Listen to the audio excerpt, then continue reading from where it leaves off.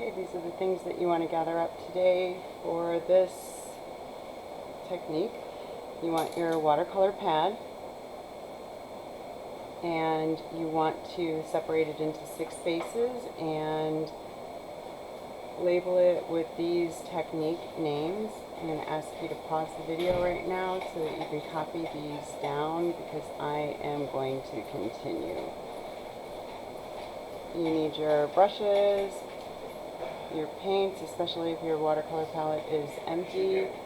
You should have some water at the side, your watercolor palette, and your sketchbook. So I like to set up my paint so that the water and my watercolor palette is to the right because I'm right-handed. If you are left-handed, you should probably move it to your left. I do that this way because I'll be going into the palette and into the water and then over to my paint, and that seems a lot more comfortable to me instead of having over on the left and moving it into the right. I also should note that you should have your water, some paper towel ready. If you've got a watercolor palette from last year, you've got some paint already over here.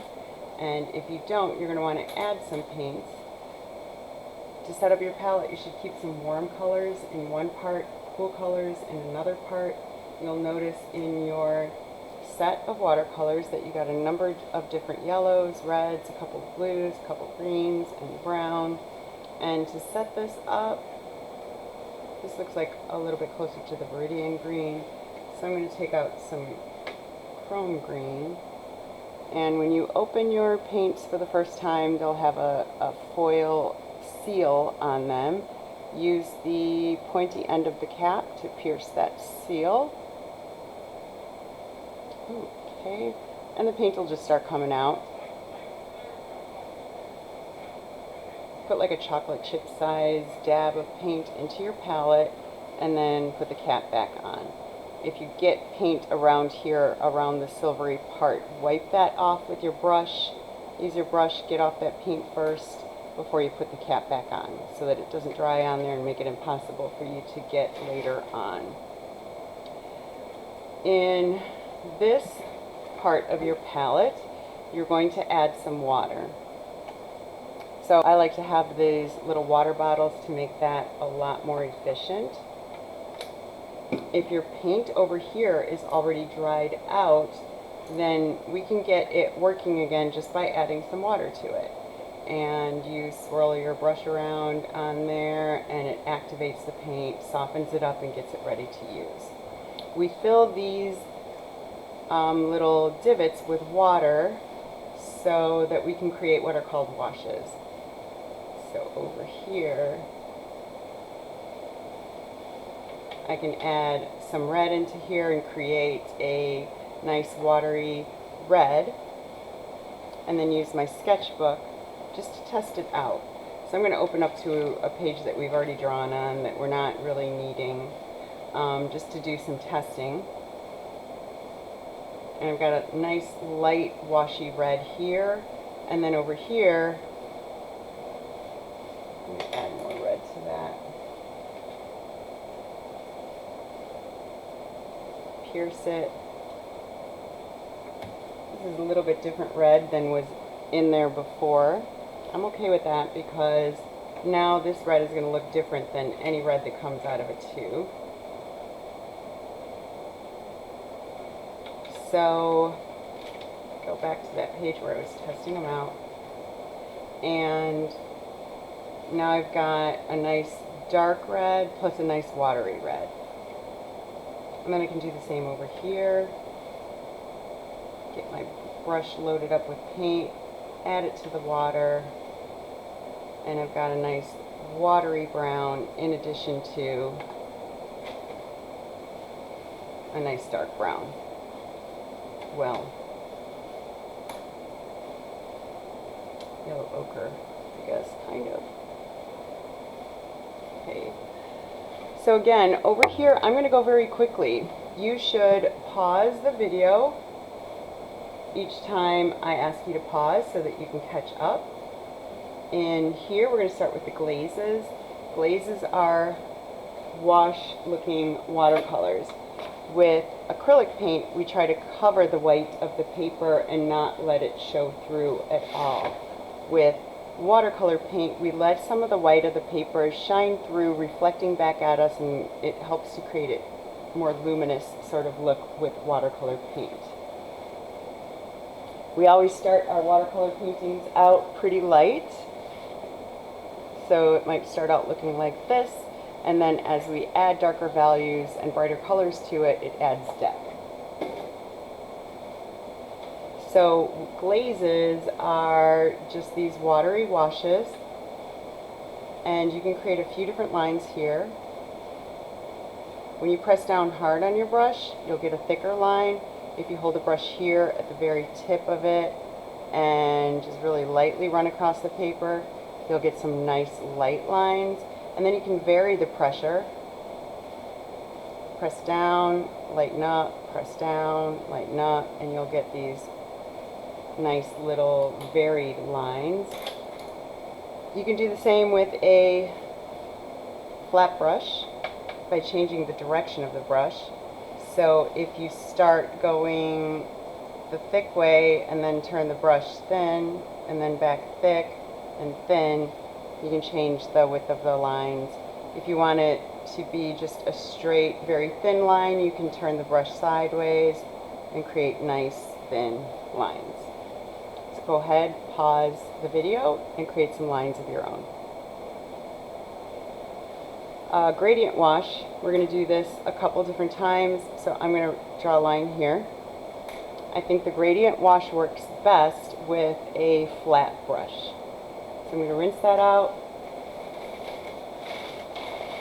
I'm going to show you how to do it first and then pause the video and try it on your own.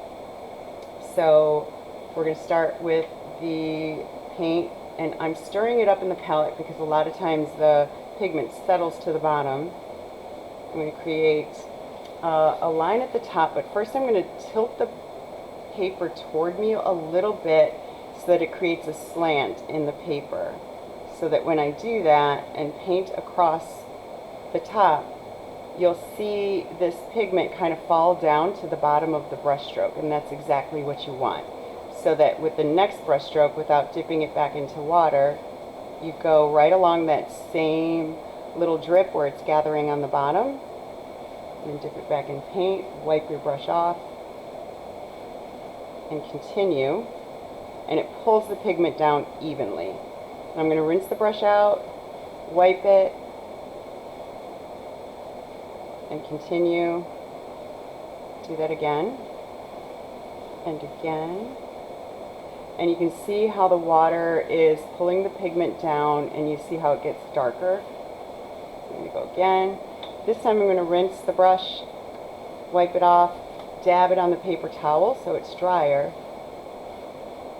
and continue that all the way down. So you're pulling a dark value down into the light value. Pause the video here, give it a try on your own. Okay, we're going to try it again over here, and this time I'll go slower and see if that helps you. I'll try with the red this time. Stir it up. I'm going to get a little bit more red pigment in there because I think it's too light. Stir that up. We're going to start with a stripe across the top. Remember, you are tilting your paper up. One line across the top. And I'm going to do another line because what I want, remember, is that little pool of paint on the bottom. And paint right along that little pool. Notice it pull up again. And now I'm going to rinse my brush, wipe it, go right underneath it, rinse the brush, wipe, go right underneath it. I'm going to dry out my brush now. Continue with the brush without adding any more paint to it. And you need to keep going as that pool settles there. You don't want it to get dry, because as it dries, you'll lose the gradient. If you were to paint this way without trying to get that little pool on the bottom, what'll happen is you'll get these kinds of stripes within your paint. And we're going to do a 2-color wash here. We'll just get started on it today. Pause your video right here so that you can catch up, and then press play again when you're ready. So this time we're going to try to create it so that we wind up with white right here. And I'm just going to switch over. Go red on this side. Make a little stripe. Let that water pool up. And I'm going to rinse the brush out right away. Wipe half that brush off. Paint right under it with a wet brush. And I'm going to dry my brush out. Paint right under it with that halfway dry brush. So what happens is it starts to get white toward the middle of the paper. Pause if you need to. I'm going to pick that back up over here with the other color, the yellowy ochre color. Paint a stripe across the top. And I'm going to slant it so that pool goes more evenly. Did you see how that worked? Rinse out my brush, wipe off the brush, adding only clear water, and again, rinse that out, dry it on the paper towel, add 2 more strokes of brush, and it's settling and still looking a little bit like there's paint in there, so I'm going to dab with my paper towel. Okay, so I'm going a little bit fast, which is great.